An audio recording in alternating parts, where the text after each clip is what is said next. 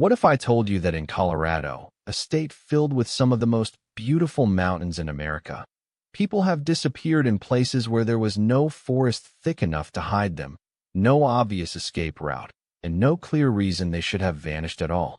Colorado has more than 50 peaks above 14,000 feet, endless wilderness, ski towns, national parks, and trails that attract hikers, climbers, families, students, and tourists every year.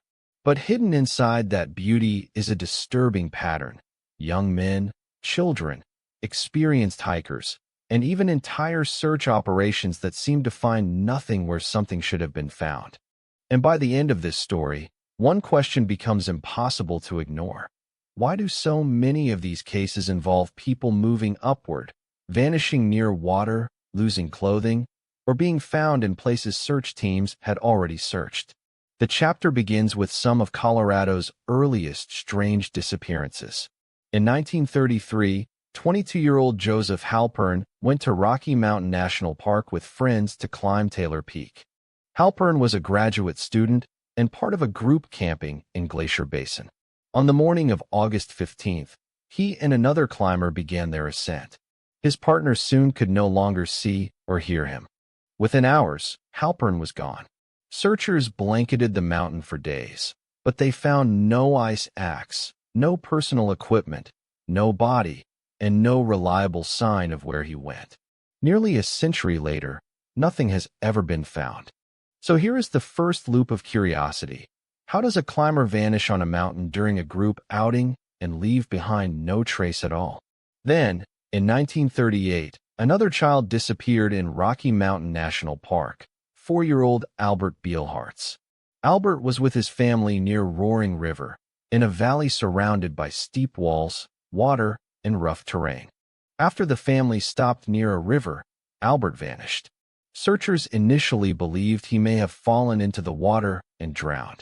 Dogs reportedly tracked along the riverbank, and the Park Service even diverted water and searched sections of the river. But no body was found. Then the story took a stranger turn. A married couple later claimed they saw a boy sitting on a rock high above the area, in a place they believed no child could have reached without help. Rangers formed a special search party and combed a difficult mountain area, but Albert was never found. And this is where the mystery deepens. If Albert drowned, why was no body recovered? If he climbed, how could a 4-year-old reach such a place? And if someone took him there, why was there no evidence? Around the same era, Rocky Mountain National Park saw other fatal mountain incidents involving young men, including climbers who fell or died on high peaks. Some of these deaths may have been ordinary mountaineering tragedies, but the author points out that the concentration of events in that period raises questions. Then comes Ernest Polly, a 22-year-old who disappeared in 1943 near Lone Eagle Peak, then known as Lindbergh Peak. He had gone into the area with another man, and bad weather moved in. His companion went for help, and when searchers returned, Ernest was gone. The terrain around Crater Lake and Lone Eagle Peak is harsh, remote, rocky, and dangerous, but once again, searchers found nothing. No body, no equipment, no clear final path. The official search ended without answers. The question returns: how many people can vanish in high mountain terrain before the pattern becomes impossible to ignore? In 1949, 2 college students, David Devitt and Bruce Gerling, disappeared on Flat Top Mountain in Rocky Mountain National Park. They were part of a group of students hiking in winter conditions when they became separated. A storm moved into the area. Searchers believed the conditions were too severe for survival, and after a massive search, the men were never found. Officials concluded they likely died from exposure, but no remains were recovered. In cases like this, the wilderness explanation sounds reasonable at first: cold, storm, altitude, exhaustion. But the same question keeps coming back. Why does the mountain give back nothing? No body, no clothing, no personal item, no final proof. Then the chapter moves into one of the most unsettling child cases: Robert Baldischweiler, a 12-year-old who disappeared in 1982 on Flat Top Mountain. Robert was hiking with his parents. He was athletic, ahead of them on the trail, and familiar enough with the outdoors to be trusted nearby. As the family climbed, dark clouds approached. Robert moved ahead, and at some point, his parents could no longer see him. They searched, called his name, and eventually contacted authorities. A massive search began, involving helicopters, dogs, rangers, and hundreds of people. But for nearly a week, nothing was found. Then hikers discovered Robert's body in a snowbank high on the mountain, at an elevation around 11,000 feet. Officials suggested he had fallen, but the author questions how the body could have ended up where it did if the search area had already been covered. He also questions why a young boy would continue uphill in bad weather when common lost person behavior suggests children usually head downhill or seek easier routes. This becomes another loop of curiosity. If Robert knew enough to understand danger, why did he go higher? And if he was there the whole time, how did searchers miss him? Then comes one of the most famous and heartbreaking Colorado cases, Jaryd Atadero. Jaryd was only 3 years old when he disappeared in 1999 in the Comanche Peak Wilderness near the Big South Trail. His father, Alan Atadero, owned the Poudre River Resort, and a group staying at the resort took Jaryd and his sister on an outing. At some point during the hike, Jaryd ran ahead of the group and vanished. Searchers, dogs, helicopters, and multiple agencies responded. The area was searched intensely, but no trace of him was found. There were reports that fishermen had seen a small boy near the river asking whether there were bears in the area, but the case still produced no clear direction. Days turned into weeks, then years. Then, almost 4 years later, hikers found pieces of clothing and remains more than 500 feet above the trail. His shoes, pants, and pullover were recovered, along with parts of a skull and a tooth. But the condition of the evidence raised disturbing questions. The clothing reportedly had little to no blood. The shoes appeared unusually clean and preserved despite years in the elements. Some items were found in places that suggested Jaryd may not have simply wandered there. The author argues that if a 3-year-old was dragged or carried up a steep rocky slope, the shoes should have shown more wear, and if an animal had killed him, there should have been more evidence of predation. So the question becomes, how did Jaryd's remains end up there, years later, in a location above the trail that searchers had not found? The Jaryd Atadero case becomes a central turning point because it contains so many recurring elements seen in other cases. A very young child, a wilderness trail, search dogs failing to locate him, remains found much later, clothing in strange condition, and a location uphill from where he disappeared. The author compares it to cases involving Charles McCullough, Garrett Bardsley, and others, where clothing or remains appear in ways that do not fit cleanly into an ordinary accident.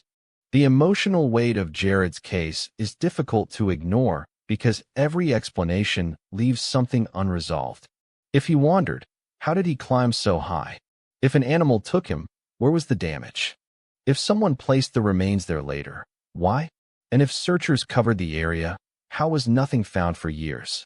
The chapter then turns to Teresa Schmidt, a 53-year-old woman who disappeared in 2002 near Deckers, Colorado, at the Lost Valley Guest Ranch. Teresa was a professor, physically active, and staying at the ranch with her husband. She went for a hike toward an overlook after a major wildfire had burned the area earlier that year. The terrain was not dense with forest because the fire had removed much of the cover. She was last seen near a trail leading toward Cheeseman Lake. When she did not return, searchers responded with dogs, helicopters, motorcycles, horses, and ground teams. Yet only 2 footprints were found. Nothing else. No water bottle, no fanny pack, no body, no scent trail. Then bad weather moved in, including heavy rain and flash flood warnings, which likely damaged or erased evidence. But the author notes that Teresa knew the area, had food and water, and was not in terrain so dense that a body should disappear completely. This loop of curiosity is simple. In a burned landscape with limited cover, How does a person vanish so completely that only 2 footprints remain? Next is Michelle Vanek, a 35-year-old mother and athlete who disappeared in 2005 while attempting to climb Mount of the Holy Cross. Michelle was in strong physical condition and had climbed many Colorado mountains, but she had not yet conquered this peak.